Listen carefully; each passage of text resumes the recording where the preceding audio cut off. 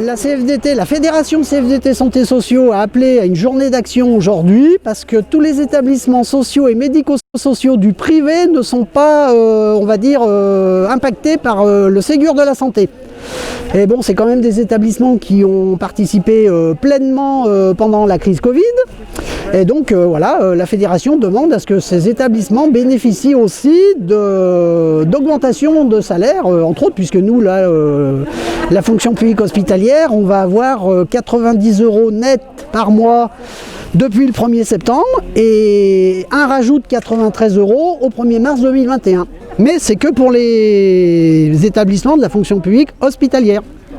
Ce que vous voulez dire, c'est qu'il ne faut pas qu'on oublie vos collègues non plus qui sont dans le privé. Tout à fait. Et puis alors je dirais, il ne faut pas oublier non plus tous les personnels, j'ai le masque qui s'en va, tous les personnels des EHPAD fonction publique territoriale.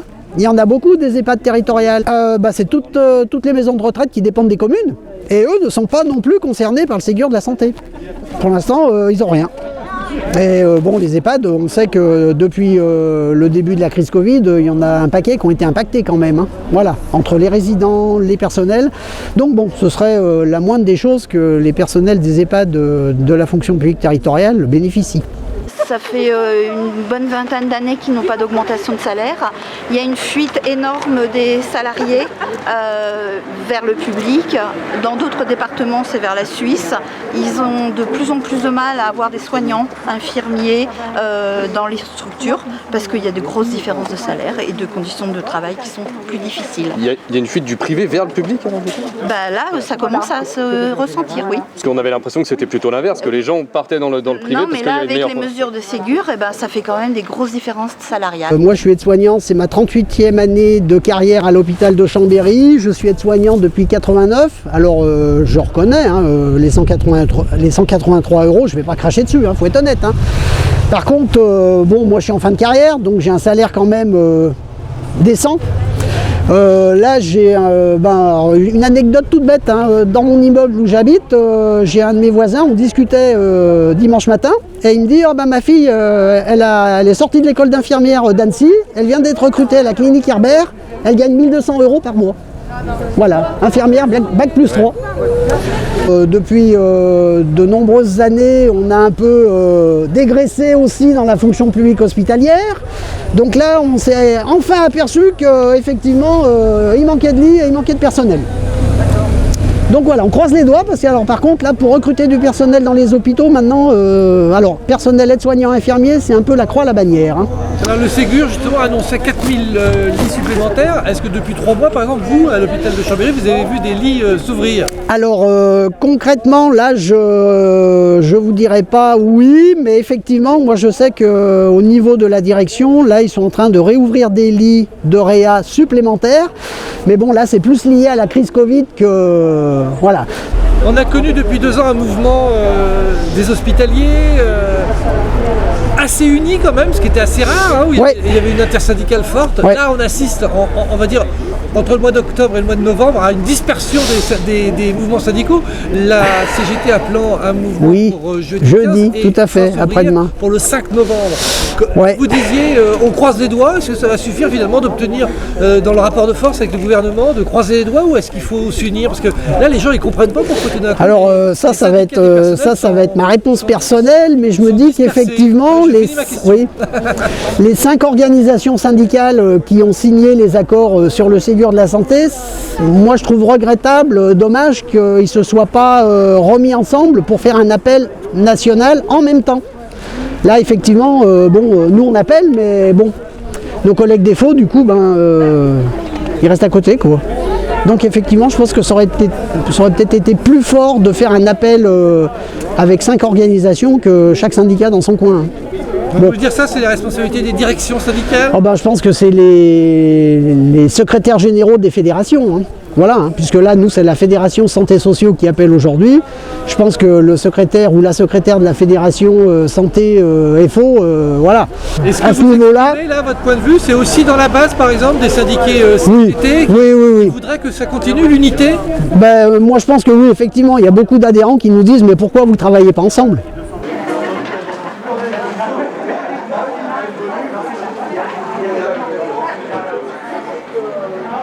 Alors vous venez de sortir votre rendez-vous avec le directeur de l'ARS, qu'est-ce qui s'est passé? Alors il a pris note de toutes nos revendications et il fera remonter tout ce qui s'est dit dans cette réunion. Nous lui avons laissé nos textes. Ouais, est-ce que vous êtes satisfait d'une réponse pareille? Ben, écoutez, on a été reçus, on a été entendus. Après, la balle est dans leur camp, ils sont nécessaires. Est-ce que le fait que le personnel hospitalier, dans le privé, etc., vous êtes divisés dans ces mouvements-là, semble-t-il, ça affaiblit pas la position des personnels et de la défense du personnel? Non, on n'est pas si divisés que ça. On a un peu de clivage. Ceci dit, FO a signé le Ségur, nous avons signé le Ségur et nous sommes toujours en cours de négociation.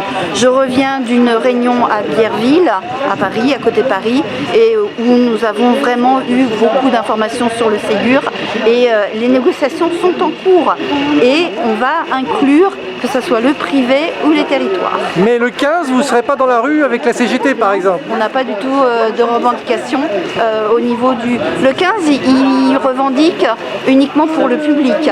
Voilà. Donc nous, aujourd'hui, c'est la revendication privée et territoriale.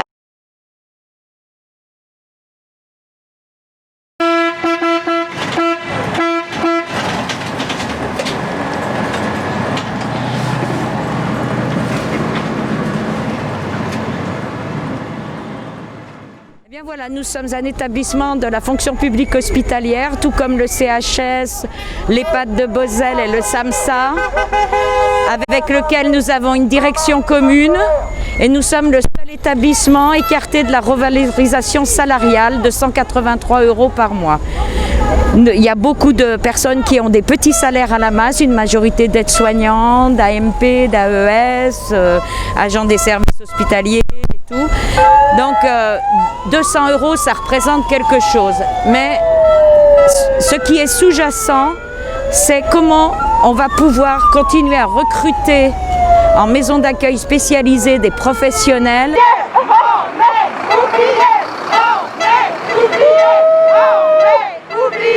Du fait qu'on s'occupe de personnes handicapées, qu'on est médico-social. Donc on n'a pas la même prime que nos voisins qui travaillent au CHS.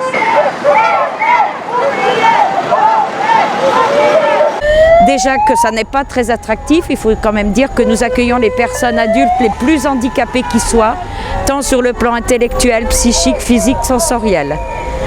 Donc qui va vouloir venir travailler en masse? Nous sommes un lieu de vie.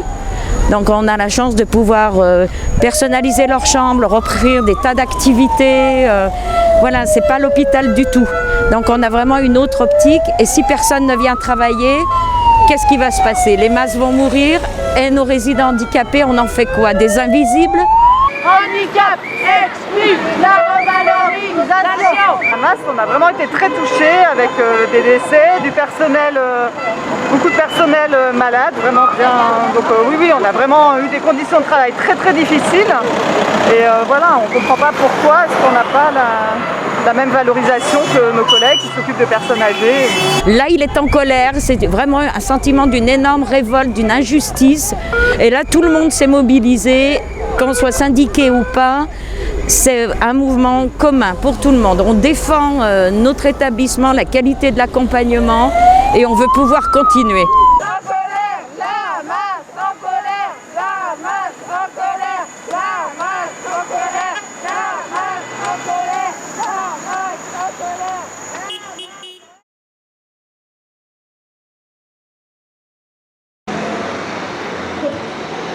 Très étendu.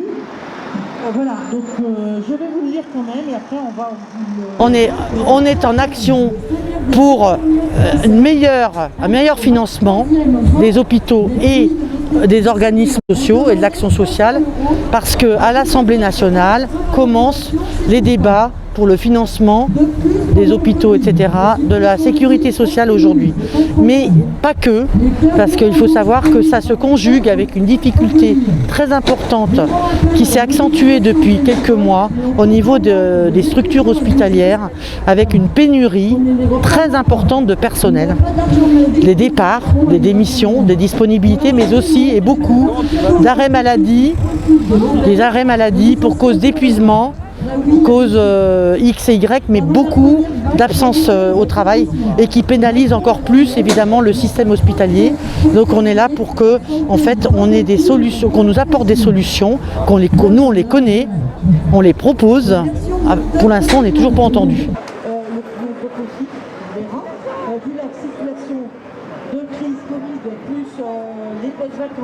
À l'heure actuelle, on n'a rien de perceptible au niveau des améliorations, au niveau des hospitaliers. Alors, vous dites qu'il n'y a rien, on est dans un contexte où il y a eu Ségur de la santé, Ségur que vous n'avez pas signé, mais quand même il y a eu des améliorations, il y a 183 € d'augmentation, il y a une promesse de 4000 lits et de 15 000 personnes qui vont être recrutées, alors c'est pas rien quand même. Alors ça ce sont des paroles, des promesses, pour recruter 15 000 personnes déjà il faut avoir les gens qui postulent, qui candidatent, or on n'a pas de candidats déjà parce qu'il y a un problème d'attractivité. Moi je voudrais bien voir les 15 000 personnes déjà. À l'heure actuelle, les 183 € qui sont donnés, ils sont donnés d'abord en contrepartie d'un autre don de l'hôpital, des hospitaliers, c'est la déréglementation du temps de travail. Pour le coup, si on demande aux agents de travailler plus, en heures par jour, ou avec une déréglementation, ces 183 €, ça ne sera pas un plus, ça sera une compensation, c'est tout. Notamment sur les 300 € qu'on demande, nous on demande 300 € parce que c'est le manque à gagner, le perte de pouvoir d'achat qu'on a depuis des années et qu'on n'a jamais récupéré. 183 €, ça n'est pas suffisant et ça n'est pas non plus le point de problématique des hospitaliers qui est la revalorisation de leur carrière. Là, on n'est pas du tout dans la revalorisation de carrière. On donne à un moment donné 183 € qui resteront 183 €, qui ne bougeront pas. On ne dégèle pas le point d'indice, donc il n'y a pas d'augmentation des carrières. Et il y a des grilles de salaire qui resteront comme elles sont. Il n'y aura que quelques soignants, catégorie A, quelques soignants qui vont bénéficier d'une amélioration de la carrière et encore. Alors justement, depuis l'annonce, est-ce que vous avez vu de création de lits supplémentaires à Chambéry ? Ah non, 0 lit supplémentaire à Chambéry. Il n'y a pas de lit supplémentaire. Il ne peut y avoir que éventuellement des transferts, s'il y a besoin pour l'épidémie Covid, des transferts d'activité d'une autre sur un autre, mais il n'y a jamais eu de création de lits depuis très longtemps. Alors, que ce soit les citoyens ou que ce soit les syndiqués dans les différents syndicats, ils ne comprennent pas pourquoi tout d'un coup le mouvement il est divisé et il est en ordre dispersé. On le voit oui, bien sûr. Cet après-midi où il y a peu de personnes. Comment vous comptez justement construire un rapport de force par rapport à ça ? Alors le rapport de force il se fait déjà malheureusement parce que les directeurs ils ne peuvent plus faire fonctionner les hôpitaux. Donc déjà eux ils ont déjà tiré la sonnette d'alarme et le gouvernement le sait qu'on ne peut plus continuer comme ça. Après le rapport de force dans la rue, vous savez très bien qu'avec le problème de Covid, avec le problème de postes vacants, les remplacements non remplacés et les assignations dans les services, les réquisitions par la grève, évidemment, on ne peut pas avoir beaucoup de personnes dans la rue avec nous.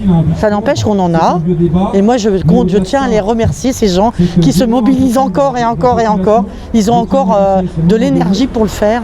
Et je trouve qu'on est vraiment dynamique, le personnel hospitalier, pour défendre les usagers.